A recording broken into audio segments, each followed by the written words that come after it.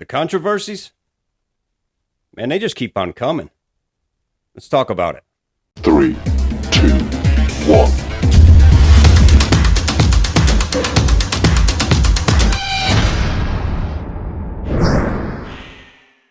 What's up, everyone? Todd Brown, That Racing Show. Thanks for dropping by for this pit stop segment. And just when we thought that the craziness from last week might be over, even though it's continued to carry on throughout the week, more things happening this week, more craziness, arrests, fines, penalties, and the continued talk about the restart at Richmond. So many drivers becoming very vocal about this. NASCAR making their statements about it as well. We're going to talk about all this here in just a moment with that.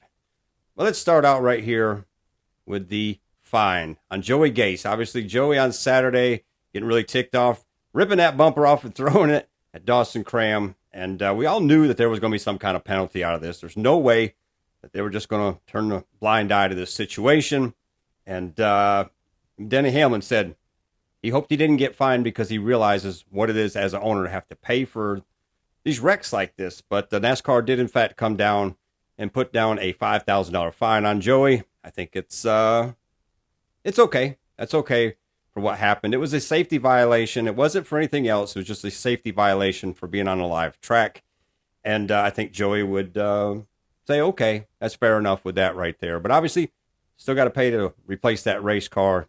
That's costly in itself, way more than that fine. But it made a lot of news. Even the Late Show. Driver Joey Gase crashed and was so mad at Dawson Cram, the driver he felt was responsible, that he ripped off his own dangling bumper and hurled it at Cram as he drove past.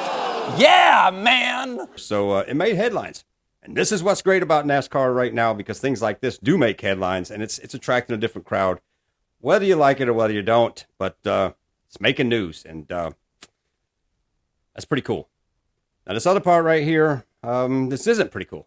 This is an unfortunate situation. It's something that really unfortunate that we've had to see in NASCAR over some years at different times, just happening last year as well. And this is the arrest of Greg Gilden this week on a domestic violence charge. Now, I do want to say right now, as always, this is you're innocent until proven guilty. So no details of this, no saying what really happened or anything like that. But yet NASCAR did indefinitely suspend Greg Gilden for right now. And really hasn't been racing that much here, especially, this year or anything. But now it looks like not going to be in the car anytime soon. Obviously, you'll have to go through all the things, the process to get back in the race car.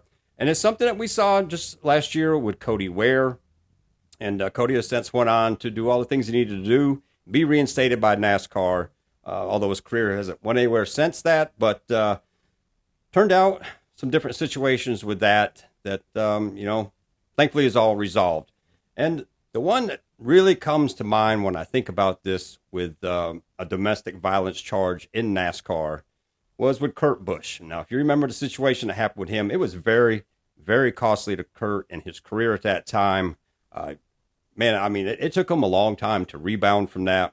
And then to come to find out in the end that it wasn't him at all. He was saying, I didn't do any of this stuff. It was her. And then we come to find out that she was a little bit crazy. And had a lot of other things going on there that carried out and went to court. And I'm not going to get into all her deals on here, but you can certainly look it up. A lot of good reading right there and a lot of wild stories with it. But this is a penalty in NASCAR. I've seen a lot of people ask about that. And this is a penalty where if you're charged with a crime, especially puts right in there domestic violence, you're going to be suspended. So it's unfortunate that happened, but that's the way it is right now, and hopefully it'll get a resolution, and we don't see that again in NASCAR. But now, let's move on to the topic that everybody continues to talk about. Following the race at Richmond, the big talk was all about Denny Hamlin jumping the start. Did he jump the start?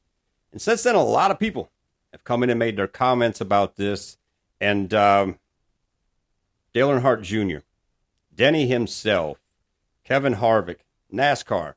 And I'm going to start right here with what NASCAR's view was on this, because it was kind of more confusing in so many ways than anything else. But, Elton Sawyer, following the race, said, had this happened earlier in the race, it'd have been a different situation, which caused more questions right there.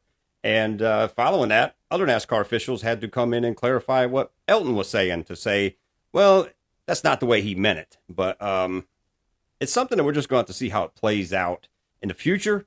And if somebody else does this themselves, which Joey Logano got very vocal about this, saying himself that if he does this and he gets penalized for this, he's going to be pissed.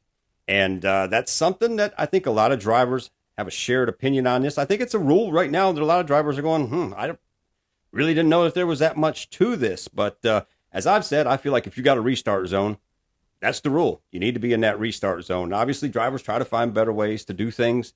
And that's what Denny was doing. But got away with it this time. It's going to be interesting to see what happens the next time. But Dale Earnhardt Jr., another guy who was very vocal on this, because he's saying, what's the deal? What is the deal? If that's the line, where do we draw the line in the sand? What do we do here? And a lot of drivers looking for answers like this. And Dale talked with Denny about this right here.